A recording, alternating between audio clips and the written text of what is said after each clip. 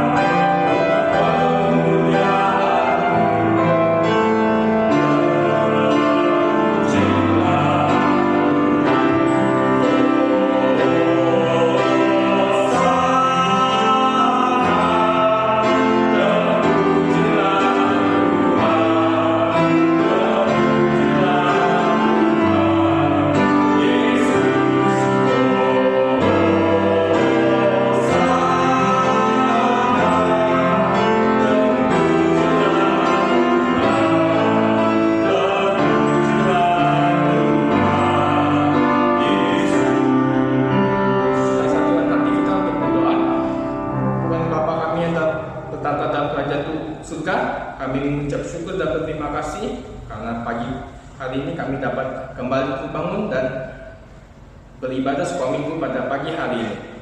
Tuhan, kiranya Kau berkati setiap rangkaian ibadah sekolah minggu ini dari awal hingga akhirnya. Dalam nama Tuhan Yesus kami berdoa dan mengucap syukur, amin. Teman-teman, Koko mau mengajak kita untuk menyanyikan lagu Mari Masuk Gerbangnya. Di lagunya ini tertulis teman-teman, sebab Tuhan Dia baik. Koko mau ngajak teman-teman untuk menyanyikan lagunya dan dengan penuh sukacita kita mau masuk gerbangnya.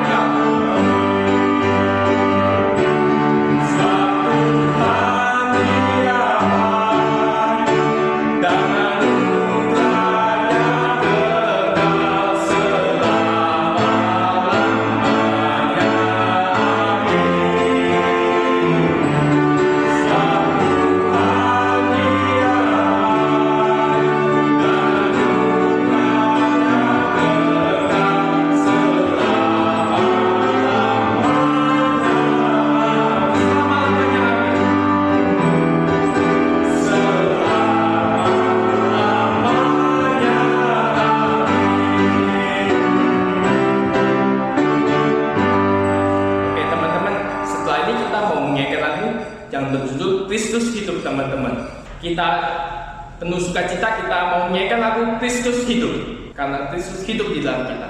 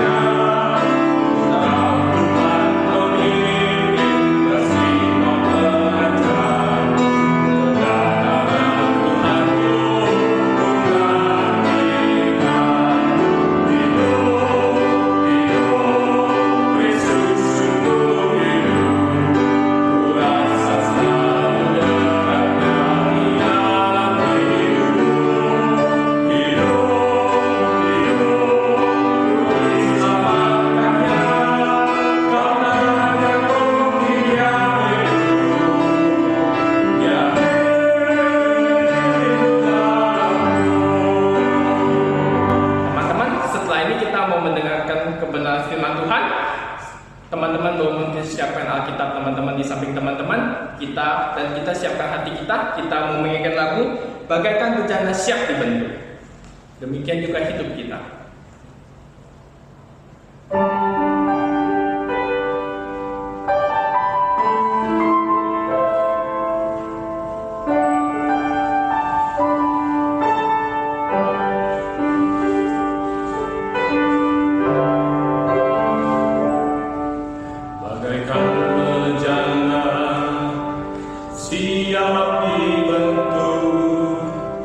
Demikian hidupku di tanganmu, dengan urapan kuasa-Mu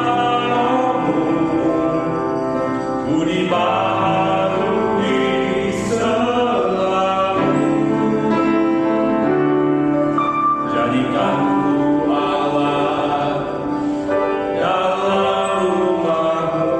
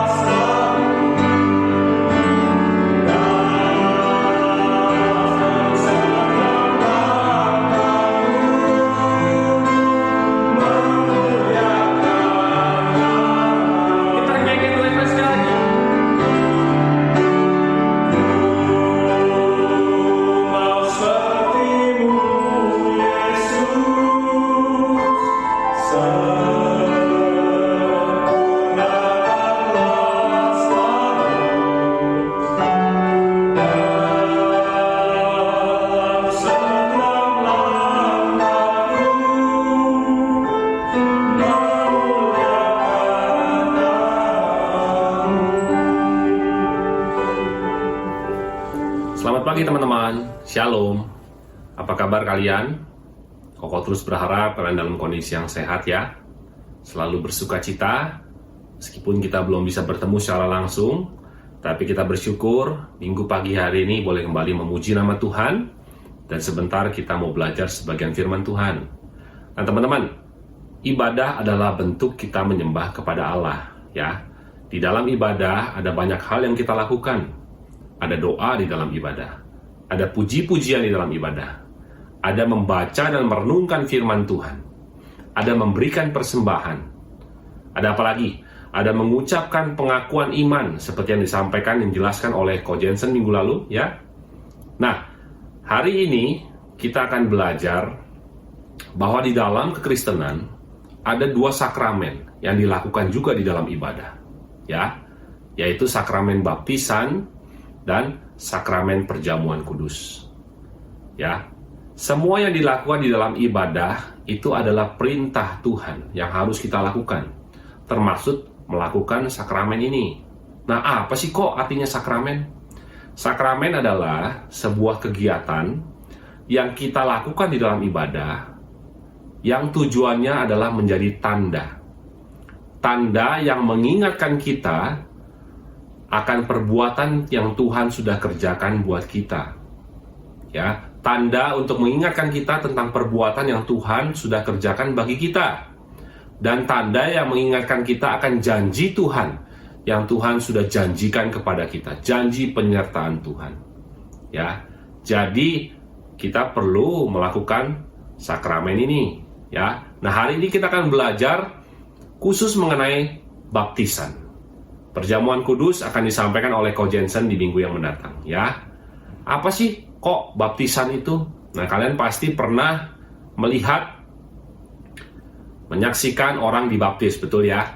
Mungkin kalian pernah melihat ada yang dibaptis dengan orang itu diselamkan semuanya di dalam air misalkan, atau ada juga yang dibaptis dengan dipercikan dahinya oleh air ya. Lalu apa juga? Ada juga yang pendeta mencelupkan tangannya di dalam air lalu menempelkan di dahi seseorang yang akan dibaptis. Ada banyak cara. Itu tidak jadi masalah bagaimana caranya seorang dibaptis. Tetapi kita akan belajar hari ini mengenai arti pentingnya baptisan. Oke? Nah, sebelumnya mari kita satu dalam doa teman-teman. Bapa kami di surga, terima kasih Tuhan untuk kesempatan kami boleh memuji-Mu, dan sebentar kami ingin belajar sebagian firman-Mu. Pimpin kami Tuhan supaya kami boleh mengerti dan dimampukan dalam hidup kami sehari-hari. Pimpin Koko yang mengajar, berikan hikmat dan pimpinan daripada Roh Kudus sehingga firman boleh menjadi berkat bagi kami semua Tuhan, dan boleh membawa kemuliaan bagi nama-Mu. Hanya di dalam nama Tuhan Yesus kami berdoa dan memohon. Amin. Nah teman-teman, seperti yang Koko jelaskan tadi, sakramen, baptisan, dan perjamuan kudus ini juga adalah perintah Tuhan yang Tuhan mau kita lakukan, kita kerjakan di dalam hidup kita ya. Nah, dari mana perintahnya nih kok? Mari kita buka satu bagian firman Tuhan dari kitab Matius. Mari kita buka Matius pasal yang ke-28. Matius 28 ayat yang ke-19. Teman-teman buka Alkitabnya di rumah, Koko di tempat ini, kita baca bersama-sama ya. Matius 28 ayat 19. Sudah dapat? Kita baca bersama-sama ya. 1, 2, 3. Karena itu pergilah, jadikanlah semua bangsa muridku dan baptislah mereka dalam nama Bapa dan Anak dan Roh Kudus. Sekali lagi ya, pergilah, jadikanlah semua bangsa muridku dan baptislah mereka dalam nama Bapa dan Anak dan Roh Kudus. Perintah ini disampaikan oleh Tuhan Yesus sendiri. Pada saat sebelum dia terangkat ke surga, dia berikan perintah ini kepada semua murid-muridnya untuk mengajar banyak orang, untuk membaptis juga. Nah, jadi baptisan adalah perintah Tuhan yang harus kita lakukan. Seperti halnya Tuhan Yesus sendiri juga sudah dibaptis. Kita tahu ceritanya ya teman-teman ya. Nah, perintah Tuhan ini dilakukan oleh murid-murid Tuhan. Nah, salah satunya oleh Paulus dan Silas. Paulus dan Silas mentaati firman Tuhan. Mereka mengajar dari kota ke kota berikutnya. Sehingga suatu kali mereka sampai namanya di kota Filipi. Nah, di situ ketika mereka sedang memberitakan firman Tuhan, mengajar, banyak orang pembesar-pembesar di kota Filipi itu tidak suka sama yang mereka lakukan. Jadi mereka ditangkap, lalu dibuka pakaiannya, dan mereka dipukul, didera. Setelah itu mereka dimasukkan ke dalam penjara, teman-teman, dan dibelenggu kaki dan tangan mereka.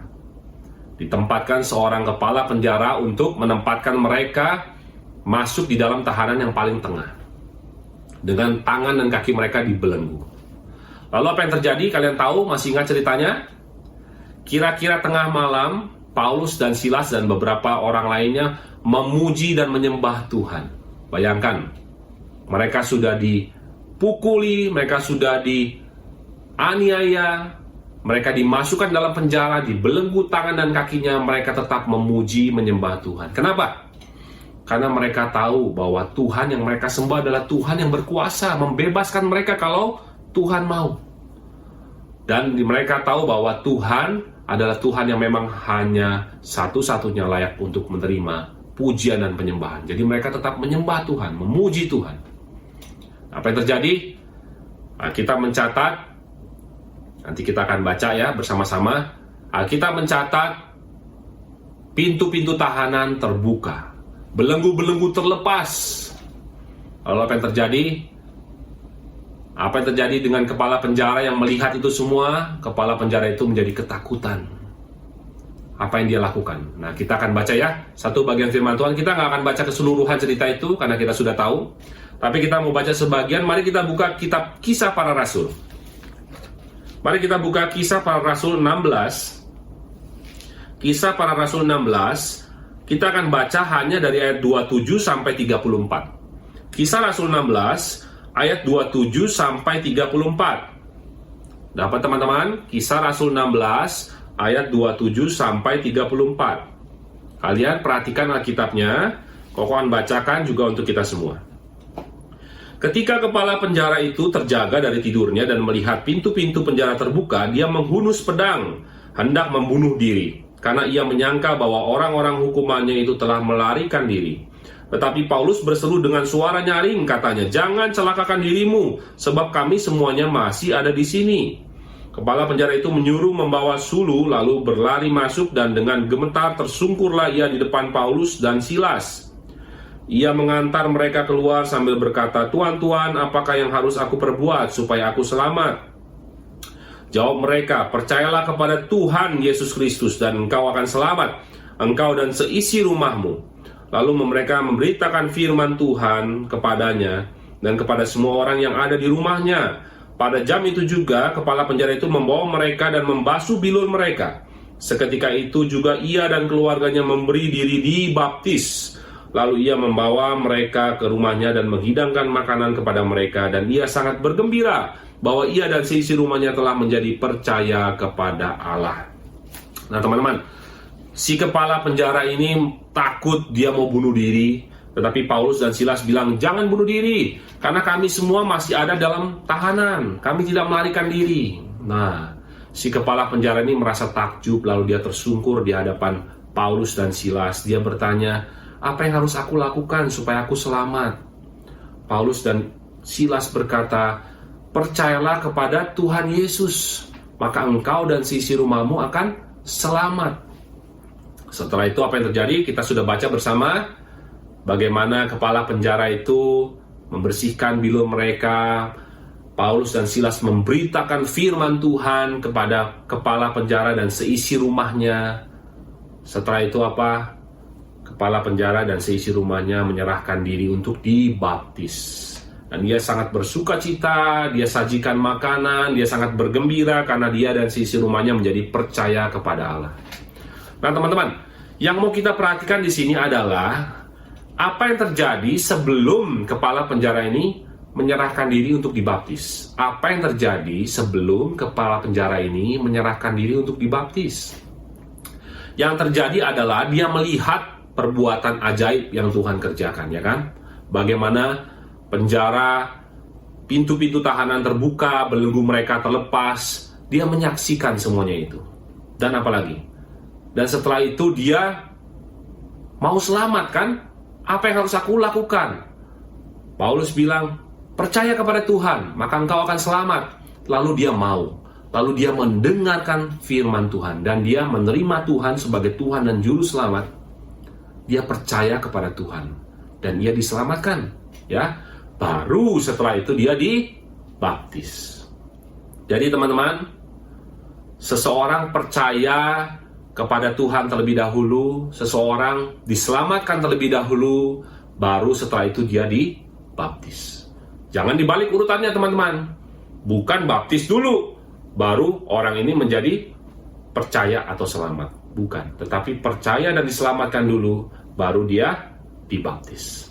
Nah teman-teman, ketika kita percaya dalam hati kita dan mengaku dengan mulut kita, di saat itulah kita diselamatkan. Mari kita buka firman Tuhan yang menjelaskan ini ya teman-teman. Kita buka satu bagian lagi firman Tuhan dari kitab Roma. Mari kita buka kitab Roma, Roma pasal yang ke-10 teman-teman. Buka satu bagian lagi firman Tuhan dari Roma pasal 10 ayat 9 dan 10. Roma 10 ayat 9 dan 10. Aku bacakan untuk kita semua. Sebab jika kamu mengaku dengan mulutmu bahwa Yesus adalah Tuhan dan percaya dalam hatimu bahwa Allah telah membangkitkan dia dari antara orang mati, maka kamu akan diselamatkan. Karena dengan hati orang percaya dan dibenarkan, dan dengan mulut orang mengaku dan diselamatkan. Jadi ini teman-teman, ayat yang menjelaskan bahwa ketika kita percaya dalam hati kita, kita melihat pekerjaan tangan Tuhan, kita mendengar firman Tuhan, dan Roh Kudus mengubah hati kita menjadi hati yang percaya kepada Tuhan. Sehingga hati percaya, mulut mengaku, dan menerima Tuhan sebagai Tuhan dan Juru Selamat. Maka pada saat itulah kita diselamatkan. Baru setelah itu, kita mengikuti perintah Tuhan untuk dibaptis. Nah teman-teman, kenapa kita perlu dibaptis? Ya karena tadi di awal Koko sudah ceritakan bahwa itu adalah perintah Tuhan untuk kita dibaptis. Kita sebagai anak Tuhan mau taat perintahnya, maka kita harus dibaptis. Tetapi apa makna yang kedua? Mengapa kita perlu dibaptis? Nah, baptisan itu adalah sebuah tanda, teman-teman. Tanda yang mengingatkan kita mengenai perbuatan yang Tuhan sudah lakukan buat kita. Perbuatan apa? Perbuatan yang Tuhan kerjakan di atas kayu salib. Dia sudah mencurahkan darahnya, membasuh kita dengan darahnya, membersihkan kita dari dosa. Itulah sebabnya teman-teman, kalau kalian lihat baptisan menggunakan air. Nah, air itu dilambangkan sebagai alat untuk mencuci, membersihkan, ya. Simbol, tanda bahwa seseorang itu dibersihkan menggunakan air. Nah, halnya itu mengingatkan kita mengenai darah Kristus yang tercurah, membersihkan kita dari dosa. Ya, teman-teman, sehingga makanya kita lihat baptisan menggunakan air sebagai simbol, tanda, ya, mengingatkan kita bahwa Kristus sudah membasuh kita di atas kayu salib. Ya, nah, baptisan juga mengingatkan kita akan janji penyertaan Tuhan bagi hidup kita. Dia janji akan menyertai hidup kita, ya. Nah, baptisan juga menjadi tanda buat orang-orang seiman yang melihat kita dibaptis atau melihat seseorang itu dibaptis. Jadi ketika saudara-saudara seiman menyaksikan seseorang dibaptis, mereka tahu bahwa dia itu adalah orang percaya, makanya dia dibaptis. Sehingga saudara seiman yang melihat itu, mereka mempunyai tanggung jawab untuk apa? Mendoakan saudara seiman mereka yang dibaptis, mendukung mereka di dalam kerohanian, mengingatkan bila si orang itu mau berbuat salah, mau jatuh dalam dosa, diingatkan oleh saudara-saudara seiman. Jadi saudara seiman itu menguatkan dia. Sama seperti halnya kita pun juga harus mendukung saudara seiman kita yang lain, kita juga harus mendoakan saudara seiman kita yang lain. Nah, seperti itu. Jadi, teman-teman, baptisan adalah sebuah tanda. Yang pertama, mengingatkan diri kita bahwa Tuhan sudah berbuat banyak hal dalam hidup kita. Tuhan sudah memberikan darahnya di atas kayu salib, membasuh tubuh kita, membersihkan hati kita dari dosa. Mengingatkan kita akan janji penyertaan Tuhan. Dan baptisan juga menjadi tanda buat saudara seiman kita. Bagi mereka juga mendukung dan mendoakan saudara seiman mereka yang dibaptis.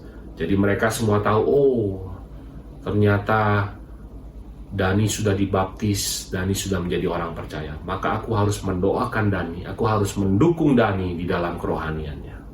Sama seperti Dani harus mendukung semua saudara seiman juga untuk mendoakan mereka. Itu ya teman-teman, yang kita belajar pada pagi hari ini. Jadi teman-teman, kita perlu dibaptis. Nah, di dalam gereja kita biasanya kita menerima baptisan pada saat kita mungkin masih kecil. Orang tua kita menyerahkan kita untuk dibaptis pada waktu mungkin kita masih bayi. Tetapi mungkin ada juga yang belum. Nah, kita bisa dibaptis pada saat kita mungkin umuran SMP 3 atau SMA sudah bisa dibaptis. Tapi sebelumnya kita harus mengikuti pengajaran-pengajaran kekristenan selama beberapa minggu. Baru setelah itu kita bisa dibaptis.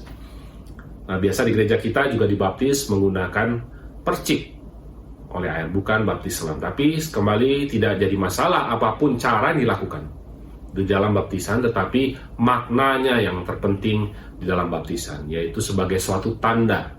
Kembali ya, mengingatkan kita mengenai kasih perbuatan yang Tuhan sudah lakukan di atas kayu salib bagi kita. Mengingatkan kita akan janji penyertaan Tuhan, dan sekaligus mengingatkan saudara seiman kita untuk terus mendukung seseorang yang dibaptis itu di dalam doa. Oke teman-teman, jadi itu yang kita belajar pada pagi hari ini. Biarlah kita semua boleh semakin mengasihi Tuhan, semakin mengenal Tuhan, rindu mengenal Tuhan dalam hidup kita sehari-hari. Mari kita berdoa. Bapa kami yang di surga, terima kasih Tuhan, kami sudah boleh belajar kebenaran firman-Mu Tuhan, mengingatkan kami mengenai kasih-Mu Tuhan, yang sudah Engkau kerjakan bagi hidup kami Tuhan. Ajar kami dalam hidup kami semakin setia mengikut Engkau Tuhan, taat melakukan perintah-Mu Tuhan, semakin mengenal dan mengasihi Engkau. Pimpin anak-anak-Mu Tuhan di dalam studi mereka, di dalam keseharian mereka Tuhan, terus Tuhan mau berkati. Terima kasih Tuhan Yesus, hanya di dalam nama Tuhan Yesus kami berdoa. Amin. Bapa, terima kasih. Bapa, terima kasih. Bapa di dalam surga, ku berterima kasih. Amin.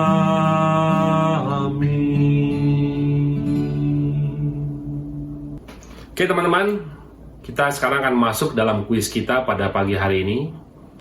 Ada dua pertanyaan yang Koko ingin sampaikan kepada kalian. Yang pertama adalah, menurut kalian dari firman yang kalian dengar pada hari ini, seseorang percaya terlebih dahulu baru dibaptis, atau dibaptis dulu baru kemudian menjadi percaya dan selamat? Koko ulang ya.